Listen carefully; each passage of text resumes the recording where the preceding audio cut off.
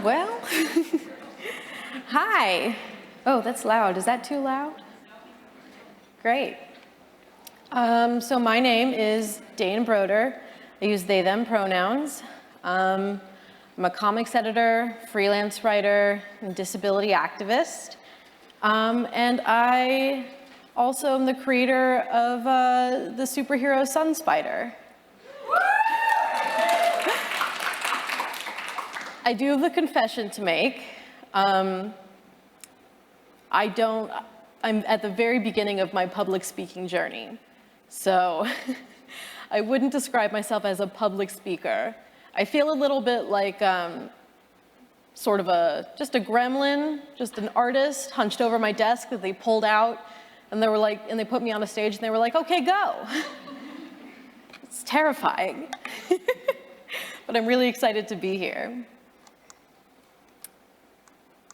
Oh, these were slides that I thought I hid, because we all know what EDS is. That's fine. So who am I?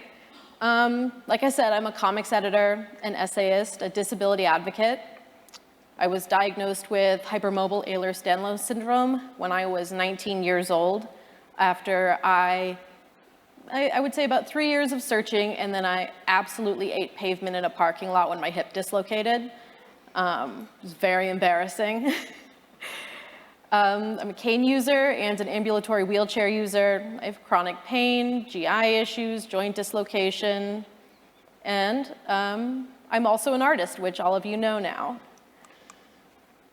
So in 2018, after I saw the first Spider-Verse movie, I participated in a trend on Twitter that other artists were doing called the Spider-Sona Challenge.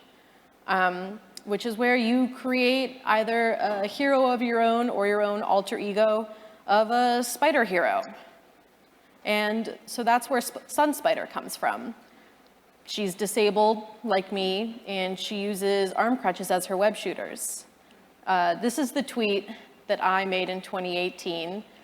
I think I came up with this idea in like 30 minutes, I want to say.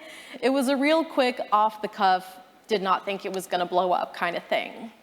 And then it did blow up. Which I was not expecting. That really did take me by surprise.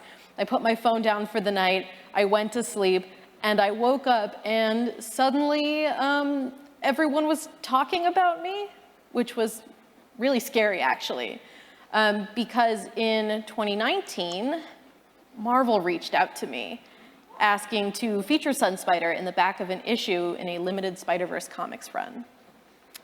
And that is the illustration that I made for that went in the back of the 3rd issue of that run. And then they decided to include her in the finale issue of that run, thus canonizing her as the first disabled spider hero.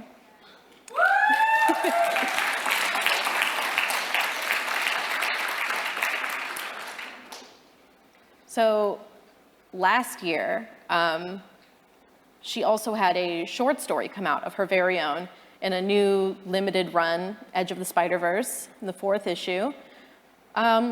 She has her own short story written by fellow disabled writer T. Franklin with my collaboration. And in the story, she confirms not only that her name is Charlotte Weber, it is a reference to Charlotte's Web, I won't apologize for it, but that she also has Ehlers-Danlos syndrome, just like me and a lot of you out there. And a fun fact here is, I was afraid to say she had EDS. I talked to T about it. I said, well, I'm gonna leave the decision in your hands. You can say HSD or EDS. You can name her something other than Charlotte Weber if you think that's too nutty. And she was like, absolutely not. We're gonna give people that very specific representation. We're gonna give her the silly name. It's gonna be fine. It's gonna reach out to people. But I was absolutely terrified. I shouldn't have been. These are a few panels from that short story. I love that she talks about the concept of that sick kid, because I think a lot of us have gotten that. She also talks about how there's drawbacks. She has chronic fatigue still. Her superpower doesn't erase her EDS. It doesn't erase her disability. They complement each other, but one doesn't supersede the other. She was also in the Across the Spider-Verse movie that came out this year. She has a speaking line. It is a crutch pun. Again, I will not apologize. I actually didn't have anything to do with that. That was the writer's choice, but I stand by it. These are some of the character designs from Chris Anka, the character designer, and I just think this shot of her using her crutch as a web shooter is so cool. So, thank you. So my superpower is art. This is my superpower. When my symptoms first started becoming really bad when I was 19, and I started my journey to really search for a diagnosis. I had been seeing doctors for years. People kept telling me I was making it up. I was faking it. It wasn't that bad. They didn't know what was wrong with me. And things were getting pretty scary. So I leaned into my art, and it helped me reorient my perception of myself and my disability. These are some of my diary entries from around that time. These came directly from my sketchbook. I think I was 20. I was scared. I was in pain. I didn't know how to communicate that to myself. And so I drew. And being able to externalize those feelings, put them on the page, helped me gain an understanding of myself that I don't think I had before. And then there's this journey in my sketchbooks where instead of the fear, I started experimenting with characters who were physically disabled, who used mobility aids, trying to go from terrified to accepting and experimenting. This was because this one specifically came from an article I cosplayed as Poison Ivy in a cosplay contest. And somebody wrote an article saying that I competed despite my wheelchair. I don't do anything despite my wheelchair. My wheelchair helps me do a lot of things. And so this drawing came out of that. I was proud of my disability in my wheelchair. I was upset that they would think to shame me for it.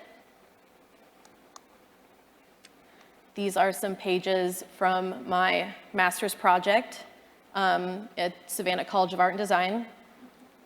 I did a series of autobiographical comics called Going, Going, Gone. And I feel like a lot of this might be relatable to you. Things you might have heard before. Have you tried yoga? Yeah, why are you in a chair? What's wrong with you? The other page is from a short story about a man aggressively asking me, what's wrong with you? And I panicked. And I thought of all these different things I could say before just going, I'm disabled. But I think there's some really funny ones in here. One of them just says, I'm gay, which is a really funny response to someone asking what's wrong with you. The other one I liked is tragic water skiing accident. It really throws people off their game. But in this instance, I was really overwhelmed. But so I thought these were really funny. And I'm starting to find the humor. Going from the fear to the intrigue and the experimentation to the humor. Taking it in stride, thinking it's funny. I love this one. This was a self-portrait I did a little while later. And for me, this one just kind of sparks joy. There is an at-peaceness, an acceptance. One of those canes is the cane I've got right now. This is my third leg. Thank you. And I just love that you can see this journey. We've come to this point, this joy, which then led to SunSpider. So other ways I embrace my superpowers include online communities. In 2013, I was part of the Tumblr cripple punk movement. I don't know if any of you know that. That was when I was first starting to reach out and find other people who were disabled. And I found a lot of friends. And a lot of those friends I'm still in contact with today. One of them I have movie nights with every month. And so that community was so important to helping me utilize my strengths. Personalization of mobility aids. I find that finding the humor in something, making it fun, definitely helps me accept, enjoy, love my disability. It might be weird for me to put my medical team on this list, but I think finding a group of doctors, as we all know, who know what they're talking about or who are willing to learn could be life-changing. And that's hard to find. So I think one of the ways I embrace my superpowers is fighting for myself and fighting for my medical team. So I use my superpower to bring awareness to chronic illnesses through SunSpider, but also through my writing. I've written essays about disability and about disabled characters as well. SunSpider has helped thousands of people, disabled people around the world, find representation and joy. She's fostered connection and given people confidence in themselves. One of the things I loved was watching all these people on Twitter reach out to each other. All these conversations that I was not included in, but I sort of was a part of. Watching these people find each other through my work and connecting was huge. And she helped them find their own superpowers. This is just a follow-up slide to that. Disability can be isolating. It's hugely isolating, physically and emotionally. You know, sometimes you can't leave your house. Sometimes people don't know what you're going through. And community is so important, whether it's through Tumblr like it was for me, or people reaching out and finding each other through Twitter or any other community. That was a picture of my dog, but I did hide that slide initially. You know, I'll go back just so you can see him. His name is Professor Funny. He has a PhD in Snuggles. So what's your superpower? What is a superpower? How do you identify it? Is it a talent? Is it skill? Is it passion? For me, superpower doesn't mean my disability is my superpower, because I don't think that's true. For me, it's how do I embrace my disability? What brings me joy? What makes you feel in tune with your own body?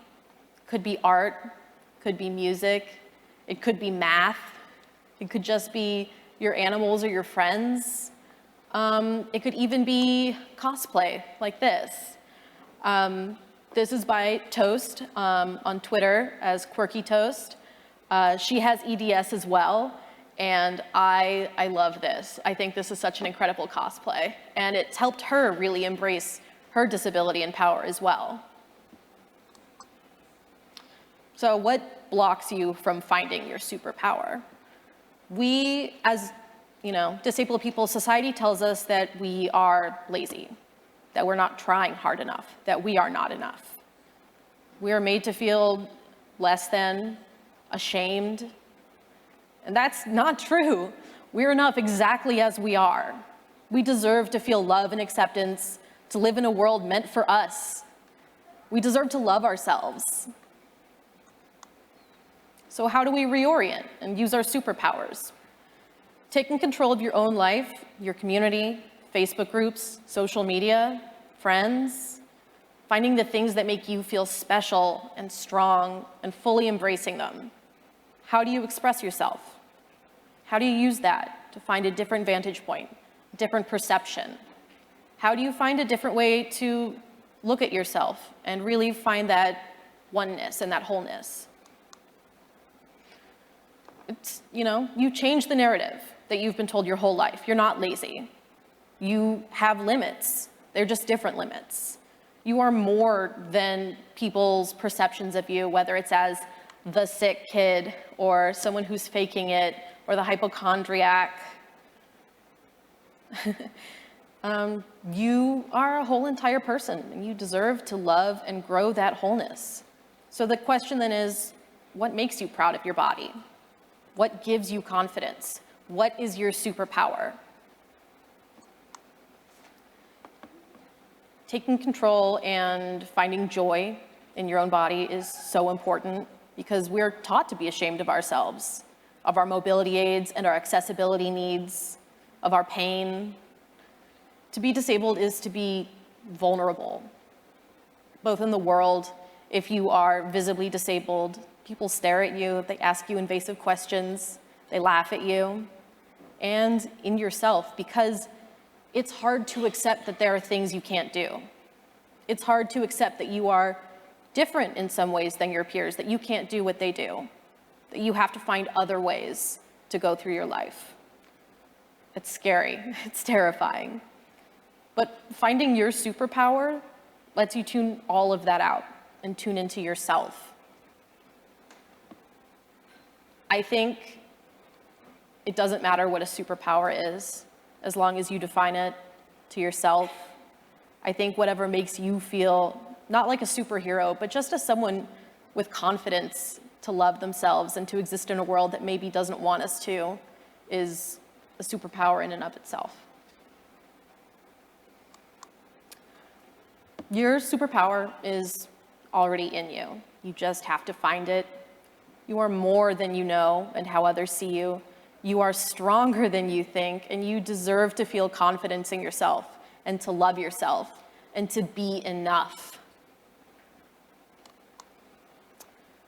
You can find me, besides here, on Twitter at Dayn Does Comics, and I'm also on Blue Sky now, if you know what that is. Woo! At the same place. My website is daynabroder.com, and if you simply Google me, which is wild, my essays and other projects will come up.